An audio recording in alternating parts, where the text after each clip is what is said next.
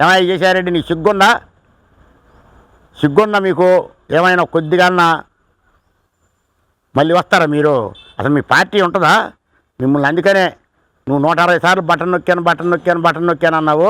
ఒక్క బటన్తో నిన్ను హిందూ మహాసముద్రంలో కలిపారు ప్రజల అభిష్టం మేరకు ప్రజలకి ప్రజా పరిపాలన చేయాలయా. అంతేగాని నీ ఇష్టానుసారం నీకు అధికారం ఇచ్చారని నీ ఇష్టానుసారం చేసి నీ ఇష్టానుసారంగా ఎవరిని పడితే వాడిని కించపరిచి ఎవరిని పడితే వాడిని నిన్ను ప్రశ్నిస్తే వాడిని తీసుకుపోయి జైలు వేయటం బేడీలేసి ప్రశ్నించే పని లేదు.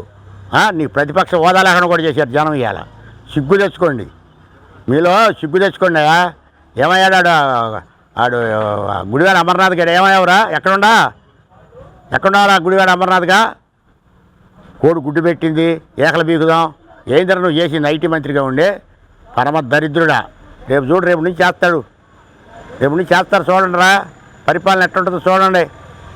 ఎవరైనా మాట్లాడేవాళ్ళు ఉన్నారా? ఎంత ఇదిగా గోర్ల పుచ్చి సోదరు గారు ఎంత ప్రెస్ మీట్ పెట్టి మాట్లాడి ఎట్టుంది ఆ భాష? అది ఎట్టుందిరా? మీలాగానే ఉందా? మాట్లాడితే నీ అమ్మ మొగుడు అంటాం, ఎవరిని పడితే వాడిని కించపరిచే మాటలు మాట్లాడతాం, మీ ఇష్టానుసారం చేయటం, రాష్ట్రాన్ని రావణ కాష్టం చేశారు, రాష్ట్రాన్ని దిశ లేకుండా చేశారు, రైతులకు మేలు చేశారు. మీరు ఏం చేశారా? మీరు రైతులకు మేలు ఇందా చెబుతున్నా నువ్వు ప్రెస్ మీట్లో. జగన్మోహన్ రెడ్డి ఎవరు చేసావా మేలు రైతులకి? తుఫాను వచ్చి వాళ్ళకి ఏమైనా నష్టపరిహారాలు ఇచ్చావా? వాళ్ళని ఏమైనా చూసావా? వెళ్ళి నువ్వు హెలికాప్టర్లో గిరా తిరిగి వస్తా? నీ అంత దమనకాండ ప్రభుత్వం అసలు ఎక్కడైనా ఉందా? ఏ స్టేట్లు 29 స్టేట్లు ఎక్కడైనా ఉందా? ఏ ముఖ్యమంత్రి నీలాగా ప్రవర్తించారా? నీలాగా పరిపాలించారా?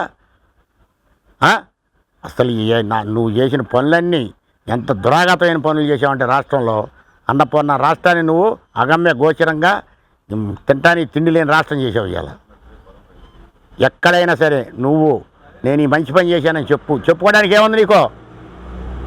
ఏమని చెప్తావు నువ్వు? రేపు పాదయాత్ర మొదలుపెట్టి 6 నెలల తర్వాత ఏమని చెబుతావు నువ్వు? సిగ్గుందా మీకు అసలు? మీకు కానీ మీ గతించిన ప్రభుత్వానికి కానీ ఏం మాట్లాడతారా?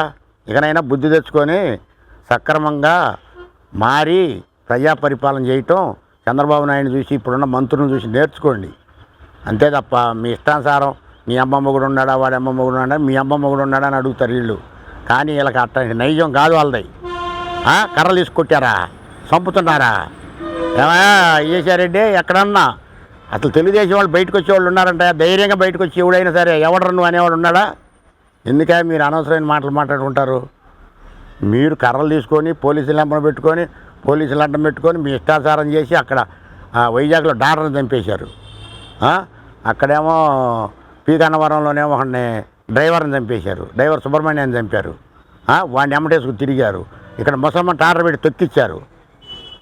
అసలు ఏ జిల్లాలో మీరు అరాచకం చేయలేదు? ఏ జిల్లాను బాగు చేశారు? ఏ జిల్లాని మంచిగా చూశారు? ఎక్కడ ఎవరిని మీరు ప్రజలుగా మాట్లాడారు? ఒక్కటైనా మాట్లాడారు మీరు? గుర్తుపెట్టుకోండి.